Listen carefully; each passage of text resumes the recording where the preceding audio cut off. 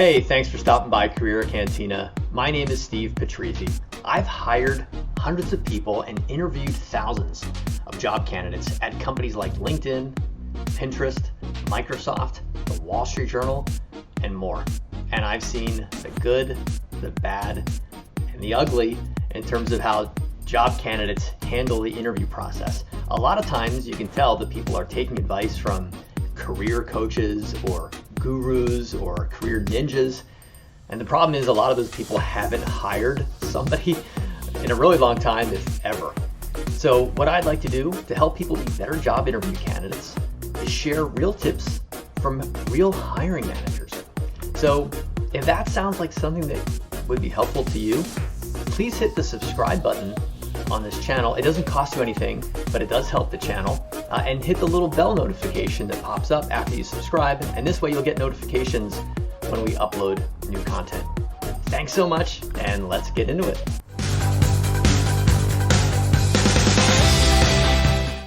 So today I have the honor of speaking with Hannah Goldberg. Hannah is head of major accounts at a company you've probably heard of called Zoom.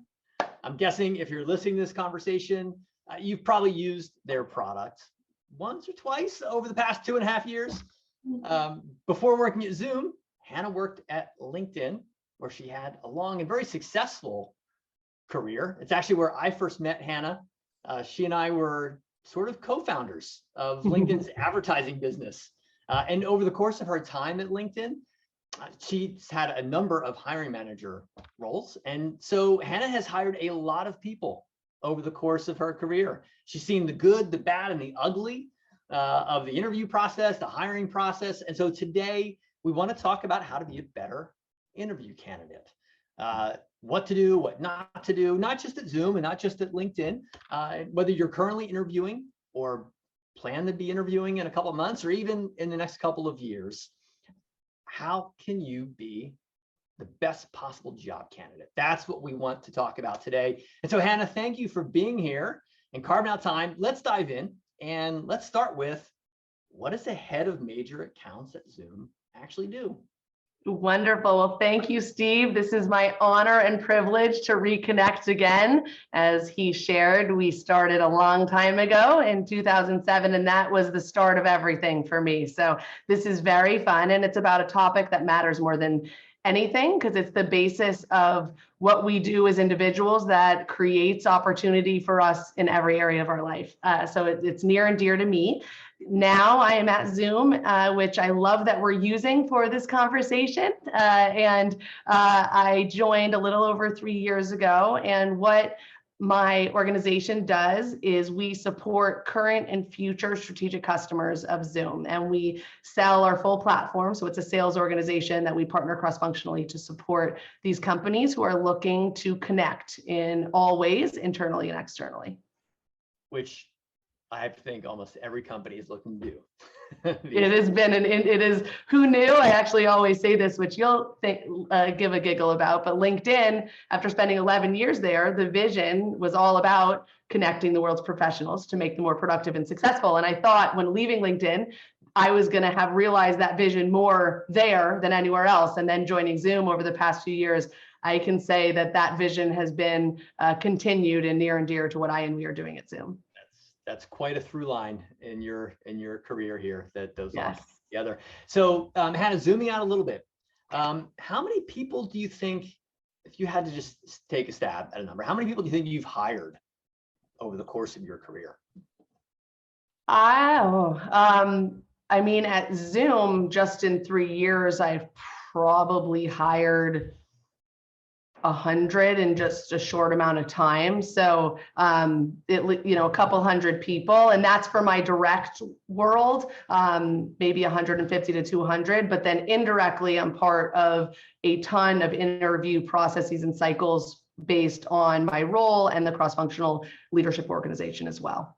Wow. So, okay. So several hundred over the course of your career, because you also hired people at LinkedIn as well.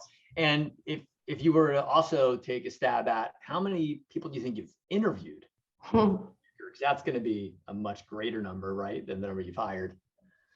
That would, I mean, I am horrible at estimation, know that about me, but easily top hundreds in terms of interviewing, and especially at Zoom. When I started 3 years ago, we were at 1,000 people. We're over 7,000 now. And being in the role that I have, I spend at least half my time interviewing. So we take it really seriously here, and obviously previously at LinkedIn. So a lot of interviews, to say the least, for also a wide range of roles, which I think is important in our conversation to highlight that what's important in interviewing overall, there's themes throughout, but there's also different expectations if you're talking about hiring for a salesperson or a leader of an organization. Got it. Okay. So you've definitely seen it all then. Having hired Yeah. hundreds of people. Yeah, I've got to imagine for every person you hire, you probably interviewed several more for each of those roles. So you've seen it all. And so maybe we can start with the beginning of the process. So as much as you can tell us, and there might be some things that you realize you can't share, but let's say someone submits an application. What happens next? Like who reviews it? Anything you can share that would automatically flunk a submitted application, just to help people kind of get off on the right foot? That's a great question. So here, and I'd say most places, so my experience at LinkedIn, there's a lot of commonalities. My husband's at Google. We talk about his hiring process a lot too. There's a lot of inbound folks who are looking to work here. And so there are sourcers who look at through those candidates, as well as then who actively is outbound searching to find folks to fill the role. So those are the first people who are maybe the gatekeepers, for lack of a better term, who really focus on ensuring that there's a baseline of experience or roles that they've covered, or what the people based on the paper resume or profile, et cetera, have done. And that's before it goes to the recruiting partner, and then before it goes to folks like me or my organization. What would flunk people? While it can sound obvious, I think that's what this conversation's about. There's still jaw-dropping moments for me as I interview people that I wish they could have heard before. A lot of our sourcers and myself, we talk about 4-page resumes. We talk about all of the specific details versus the theme of the career. That's not going to get someone to stand out. So really figuring out what you as the candidate want to be as the takeaway, that is so important, and tying it back to what the role is. It's great to have a standard resume and a standard LinkedIn profile, but as you go through your job search, in my opinion, and what I coach to a lot, is personalizing it to the actual role. And if you look at the job descriptions, you can get a lot of information about the role, about the company, about the hiring manager, and pulling in some of those terms and key responsibilities. When you put that in, that's going to help the sourcer who doesn't know the nitty gritty of what's needed. It'll just automatically seem like the candidate's speaking their language. Interesting. So instead of a kind of one size fits all resume or application, tailor it to that specific role, right? There might be requirements that you can see on the job description that you should pull out. And maybe some other things that maybe you've done in your last job that just aren't as important to call out. And you can save some space and focus on the fewer things that are really important. Is that absolutely out there? Absolutely. I think that's like the number one thing that I look for as a hiring manager. And again, I do spend a lot of time talking to people, internally and outside of Zoom, who are looking for their next play. And I'm very passionate about that. And that's my number one piece of feedback, is always customize what, to who you're talking to what company you're talking to what the role is, so that it just doesn't stay in that theoretical bucket, that whoever is looking at whatever it is, your profile, cover letter, resume, that it automatically seems so obvious to continue the conversation. So if you have just one version of your resume, you're probably doing it wrong. And you mentioned a few other things there too. You mentioned a cover letter. Tell me a little bit of that. Do people read cover letters? Do they make a difference? Should people invest in writing a cover letter? So I personally believe, and you can ask my husband, we've had many conversations on this, I believe, why not do everything possible? Because, if someone reads it, or it sets you apart. So I would still recommend doing a cover letter, because it just shows how committed you are as the candidate. And we all know, there's a lot of candidates out there, and what can be done to separate yourself is very important, in my opinion, especially at this part of the process. Once you're in, once you build the rapport, I wouldn't look for someone, if you sent me someone to interview, Steve, that you highly recommend, I wouldn't worry about a cover letter. They've already gotten your badge of approval. But when you're competing and trying to go through sourcers or recruiters or whatever that looks like, there needs to be something to stand out. So, to me, I think anything that you can do, and whether that's an official cover letter through the application process, or if you're reaching out to someone on LinkedIn to make an introduction and sending, here's what you could say to your common connection about me, about my path, about how it ties to the company and the role. Anything you can do to personalize and separate yourself is what I recommend.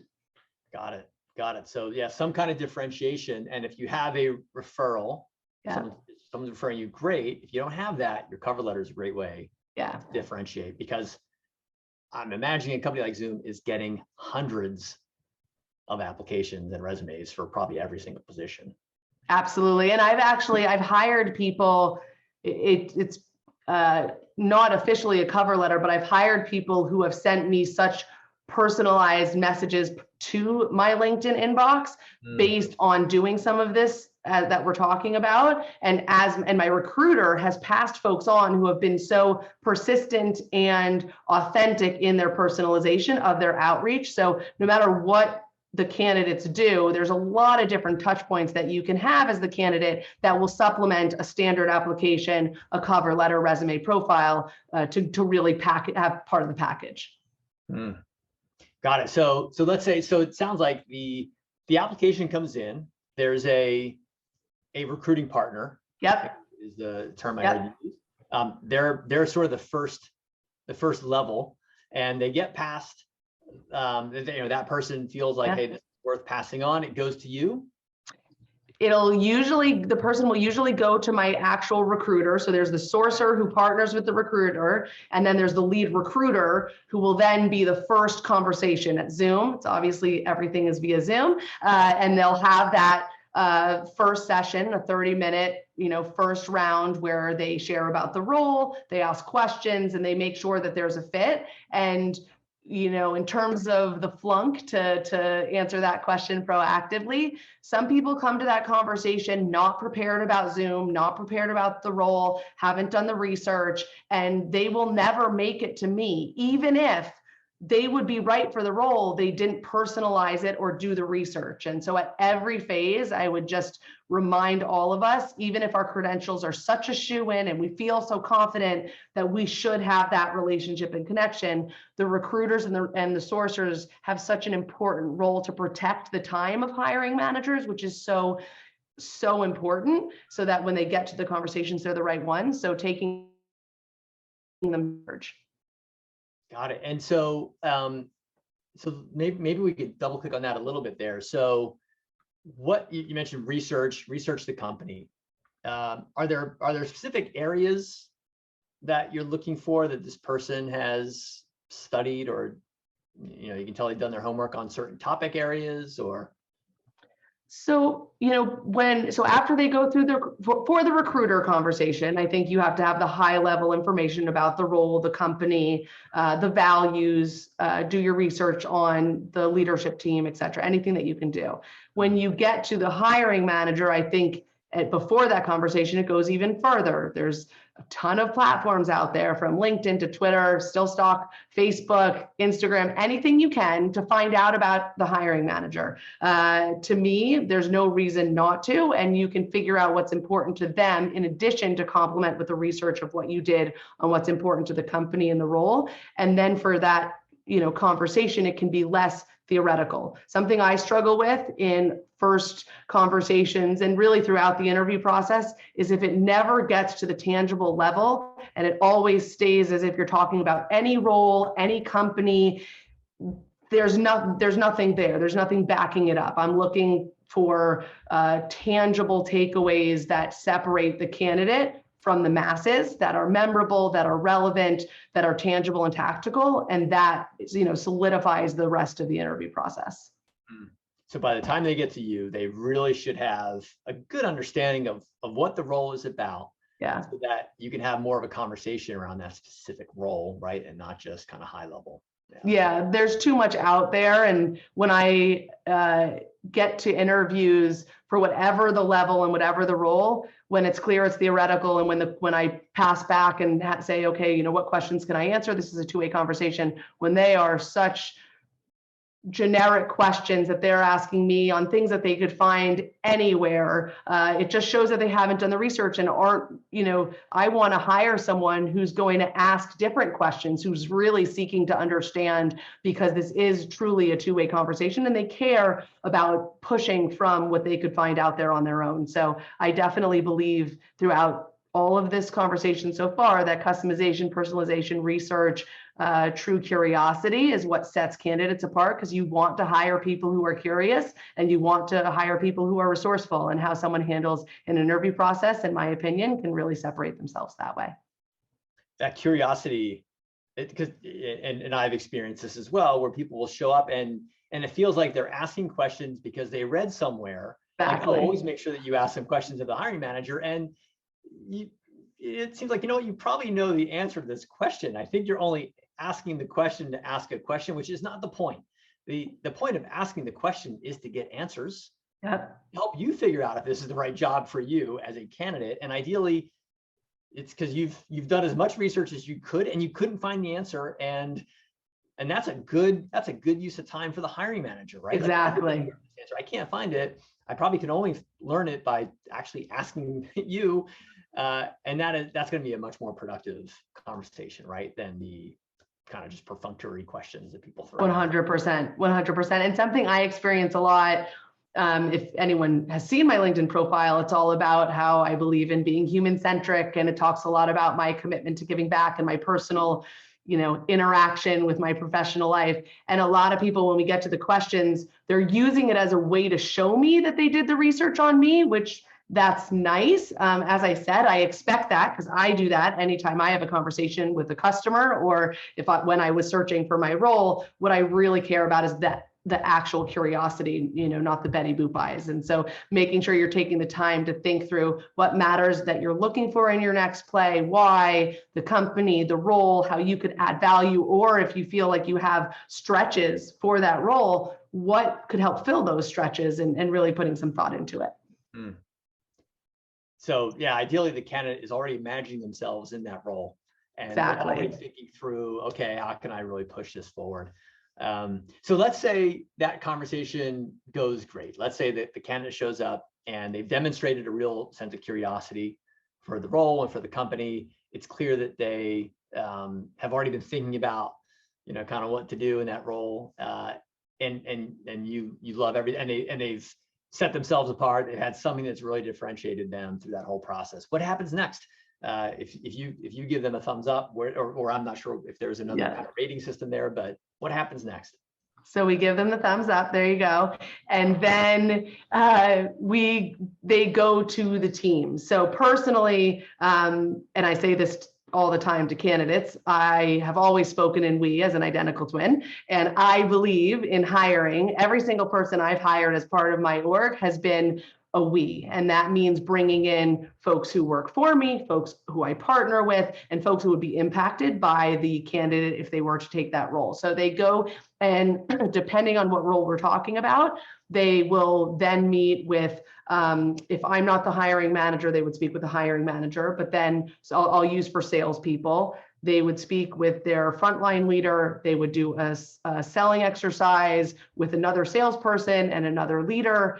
They would then meet with their second line leader who reports to me, and then they would meet with me at the end. So that's for the account executive role. And then for one of my leaders who leads different parts of my organization, they'll meet with my sales ops business partner, who's my right hand. They would meet with my cross-functional partners to see what it would be like to partner with that leader that I would be hiring for. Then they would meet with folks on the team. And then in all of these cases, they would do a presentation to a group of probably 5 to 8 people so that we could see what they're like in terms of reading the room, the virtual room here, in terms of preparing, in terms of taking all of the information that they learned through those one-to-one conversations and how they apply that in a presentation in a group setting. And that's when we then calibrate across all the folks they've spoken with so far. So one takeaway, that's quite an investment, right? And very big investment. That's probably also testing to make sure, like, hey, is your heart really in this?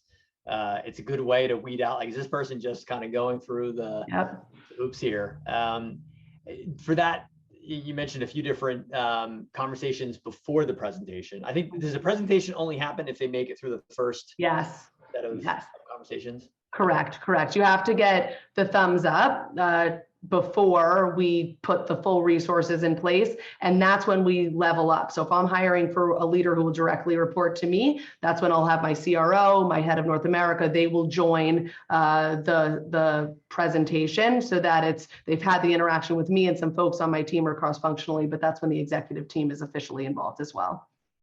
Got it. And are there do you see any themes of people who, that's where they stumble for some reason? And is there any common type of stumble that you see over and over again that would be good for people to hear, like, don't do that?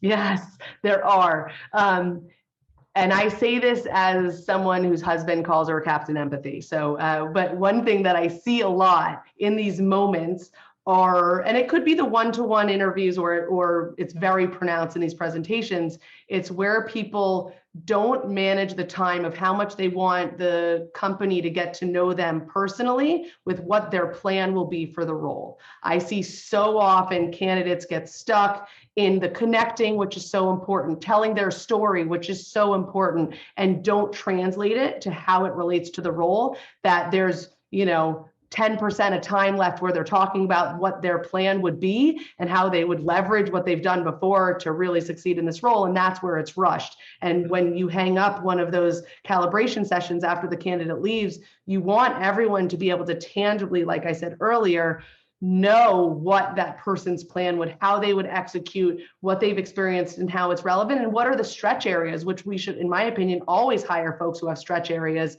to be able to then contribute towards and have to lean in to support them as well. So making sure that you balance what you're looking to share and how long you want to do that. And one other thing that really stands out in terms of how people manage the process. And there's one woman who is now at Zoom who did this better than I've ever seen before from start to finish, is staying connected. And Steve, you taught me about staying in the calendar. That's a part of it, but staying connected and staying in the calendar and keeping the conversation. If I'm the first, non-recruiting conversation, the interview process could be 2 months easily. And over that time, she would always send follow-ups to the people she interviewed with. She would then forward them to me and say, I had a great conversation with your sales ops business partner. Here's what I took away. Here's, I'm even more excited about the role. And she just stayed very, very consistent. And then for her presentation, she had a slide that said, here's what I've learned over the past 2 months that makes me even more excited and also more curious. And that to me is the 1-2 punch, because she wasn't just looking to get through each of the interviews or the gate posts. She was really looking to weave it all into the so what, and that really mattered. Wow, that sounds really cool. And to the point earlier around curiosity, it's a great way to demonstrate authentic curiosity, right? She really wanted to learn these things, and then she demonstrated what she had learned, but there were still some open questions that learning doesn't end, right? It's an ongoing process. And yeah, that's how I've also noticed it's so rare for candidates to send follow-up notes, and it's such an easy thing. It's free. Just a quick email after the interview. Thanks for your time. That was great. And the better ones will make it somewhat personal and kind of relate back to something we discussed in the conversation. But even that little action, which takes 5 minutes and is free, will set you apart from so many other candidates who never do that. I'm shocked at how many people don't send a quick little follow-up note, right? I do not move people forward for 2 reasons. One, they don't send a follow-up note to me or folks that they're interviewing with. If they only send it to me, that's a red flag, because that's, kissing up because I'm the hiring manager, not how they authentically are operating. And two, if they don't, and I'm in sales, so it could be different, but I believe in any interview that they don't seek to close and understand what gaps the person across the table or screen is looking for. When someone doesn't close, and when someone, doesn't do all the other pieces, I say it's not even worthwhile, because to me, thank you notes are actually authentic. And if you're not doing it, then you're just focused on yourself versus the time that the other people take across the table. Wow. That's such a big, and so many candidates who are probably very qualified, but so qualified. Right. That's it. And again, it costs you nothing to send a thank you note, right? A follow-up note. And to your point, not just to the person, the one hiring manager, everybody who invested time in the process. Yeah. You should do that with, right? It shows grit too. And when people say, oh, well, I didn't have your email, we're in a world where you don't need emails. There's LinkedIn, there's all these other ways, and it just shows commitment to the process. But like you said, it still surprises me. I talk about this with so many people. It is it does set people apart. And then when you really put thought into those notes, you'll always be memorable. Is there a point where people go overboard? Is there a point where like it's too much follow-up? It's like dating. Yes, there is that point, I believe, which is where it feels too aggressive in the sense, I try, and I would say it's been harder over the past few years here just to keep up with all of the candidates. I try to be as realistic as I can on the process. And when people are looking for answers outside of that time frame, I want to know what their time frames are. But if we've talked about it and been very clear, calibration will happen in 2 weeks, we will get it back to you. If you're sending it, how's it going? Want to send a follow-up every other day, and there's nothing else that's going to be done in that 2-week period, it becomes overkill. So you do want to dance, and as a candidate, in my opinion, you want to ask what the hiring manager's time frame is, share what yours is clearly, don't make one up to be so out of scope that you then stay through the process when you said you had a week to make a decision. Be authentic through it so that you can know when to follow up and how to stay engaged. And like I shared about that woman who's amazing. She did it in just that perfect balance. I knew what her time frame was. She knew what mine was, and she wanted to stay top of mind, but not put the pressure on to push Zoom and push me to make a decision earlier on. Yeah, that there is a line there too, and you get it. People do have other opportunities, and they have time and commitments, but there is a point where sometimes it feels like it's a power play a little bit. Exactly. Be authentic in everything that you do, in my opinion. Yeah. I'm assuming there's probably some opportunities to come work at Zoom. If people wanted to come work for you, what should they do? Is there a place for them to go or see what you might be hiring for?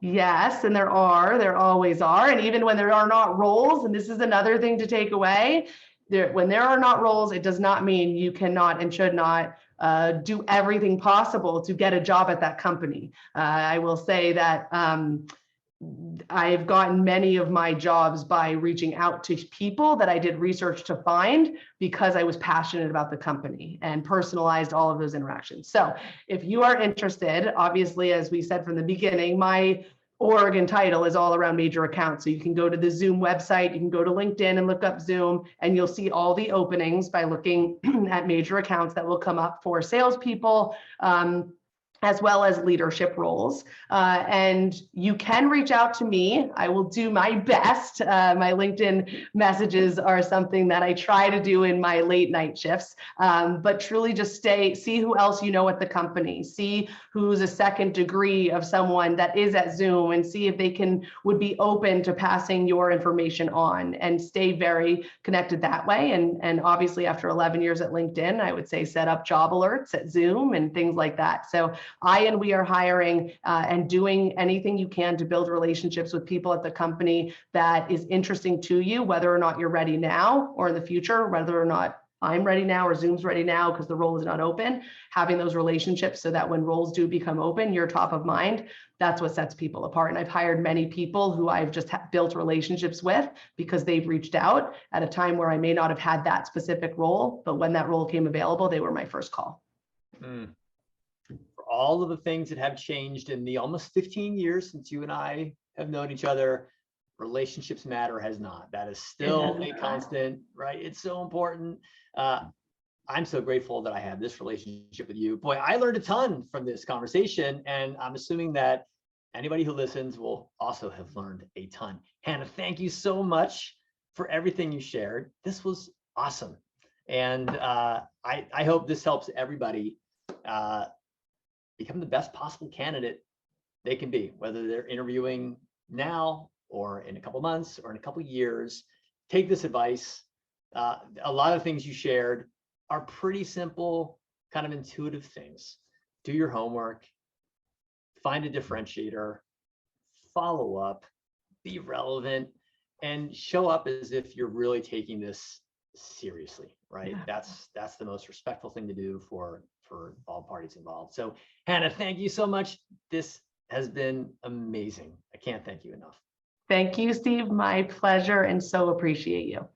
Have a great one. Okay, bye. Thanks again for watching. I hope you found that useful. If you did, it'd be really helpful if you would hit that like button. And if there is any feedback you have or questions, I would love to hear them. Please leave them in the comments below. I'd love to understand how I can make this more useful for you. Okay, I'll see you next time.